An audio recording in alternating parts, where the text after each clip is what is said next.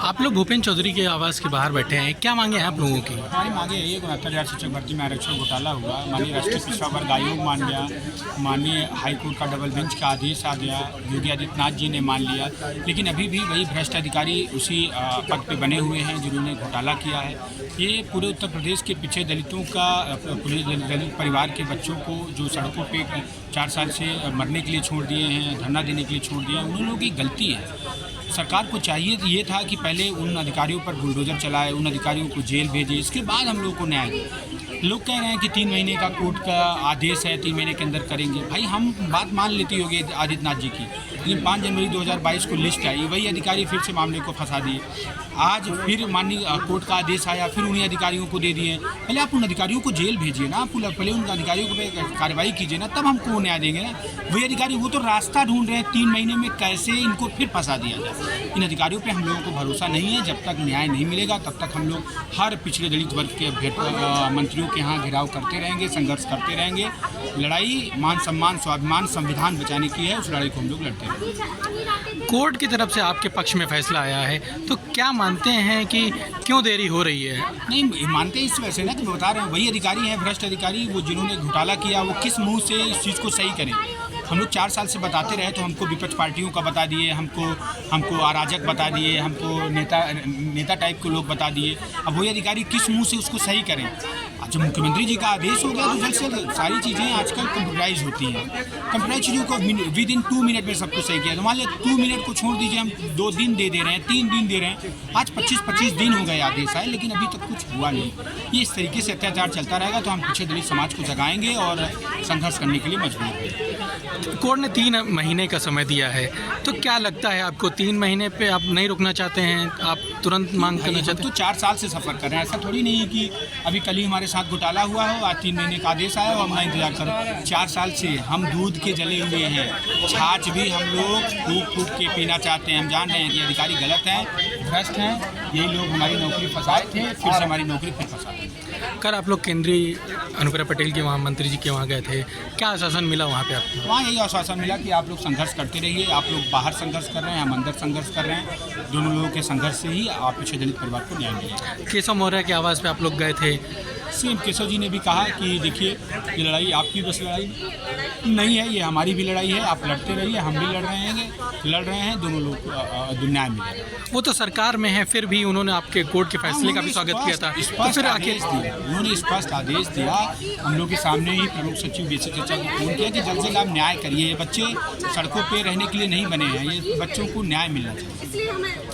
Baspa supremo भी आपके पक्ष में, मायावती जो है वो आपके पक्ष में आवाज़ उठा रही है, क्या उनके आवाज़ पे भी पूरे देश के नेता हमारे साथ हैं। बहन जी से भी हम लोग लगातार मिलते रहते हैं, अपनी बात करते रहते हैं, ट्वीट के माध्यम से बहन जी के यहाँ पत्र दे करके हम लोग अपनी बातचीत करते रहते हैं। न्याय उन्होंने कहा जब तक न्याय नहीं मिलेगा तब तक हम आपके इसलिए आगे की क्या रणनीति है? आगे रणनीति ये रही है कि कल देखिएगा, कल किसी और पिछड़े दलित मंत्री के यहाँ आवास पर जाएंगे, घेरेंगे, उनसे भी न्याय की गुहार करेंगे, मिलेंगे, अपनी बात रखेंगे। हम यही कहना चाहते हैं कि हमें 4 साल हो गए धरना देते देते, प्रोटेस्ट करते करते। 4 साल से हम बहुत परेशान हैं। ओबीसी एससी समाज के लोग हैं।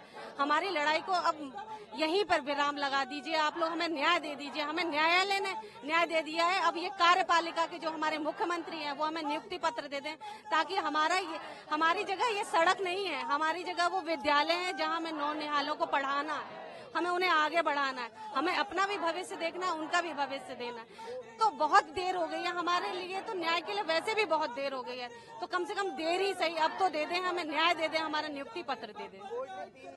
बार बार आश्वासन दिया जाता है, हमारा पहले लिस्ट निकाल दी गई और ये कहा गया कि हाँ आपको हम नियुक्ति पत्र देने जा रहे हैं। जब तब नहीं किया, तब से हमें अब 2 साल और हो गए उस बात को।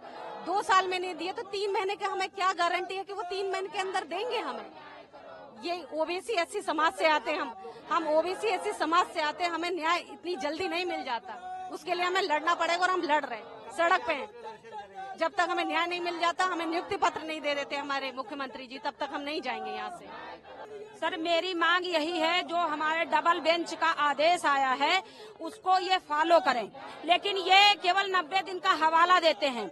इसी तरह जब सिंगल बेंच का आदेश आया था कि लिस्ट को आप उसको रिवाइज करें, इन्होंने 90 दिन का हवाला दे करके सर इसको ले जाकर के डबल बेंच फंसा दिया अपने ही लोगों से। उसके बाद ये वहाँ हम लोग 4 साल से लड़ाई कर रहे हैं। लड़ते लड़ते हम लोग सब किस तरह से लड़ रहे हैं इनको पता नहीं है, इसमें बैठे नेताओं को पता नहीं है कि पैसा कहाँ से आता है। हम लोग एक एक कमाई करके हम लोग किसी तरह से चंदा लगा लगा करके हम लोग कोर्ट में लड़े हैं। कोई हमारा पक्ष लेने के लिए कोई था नहीं, केवल हमारे नाम आशीष पटेल जी ने आप लोग को आश्वासन दिया कि न्यायिक लड़ाई वो लड़ेंगे आप लोग। कहा है, लेकिन सर ये कोरा आश्वासन है। बहुत बार हम लोग मिल चुके हैं, जब कुछ पटल पे दिखाई दे तभी हम समझेंगे कि हाँ ये हमारे साथ है। क्या मांगे हो, कब तक प्रदर्शन चलेगा? सर हम ये कहते हैं कि जैसे कंप्यूटर का जमाना है तो उसमें 3 घंटे में ये लिस्ट, जब पूरा डाटा आपके पास है तो 3 घंटे में लिस्ट रिवाइज हो सकती है, तो 90 दिन क्यों?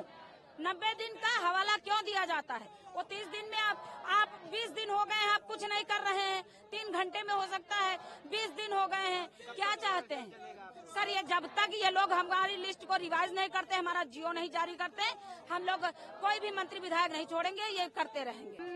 आपके चैनल के माध्यम से यही कहना चाहते हैं कि अब तो पहले तो सरकार कहती थी आपका मामला कोर्ट में चल रहा है, जब कोर्ट से न्याय आ जाएगा आप लोगों को न्याय मिल जाएगा। अब तो कोर्ट का, हाई कोर्ट का आदेश भी आ गया है। अब तो सरकार को चाहिए कि हम लोगों को न्याय दे, इस तरह सड़कों पे भटकाए ना, क्योंकि 4 साल से हम लोग भटक ही रहे थे और अब कितना भटकेंगे। इसीलिए हम सरकार से आपके चैनल के माध्यम से कहना चाहते हैं कि सरकार हमको त्वरित न्याय दे।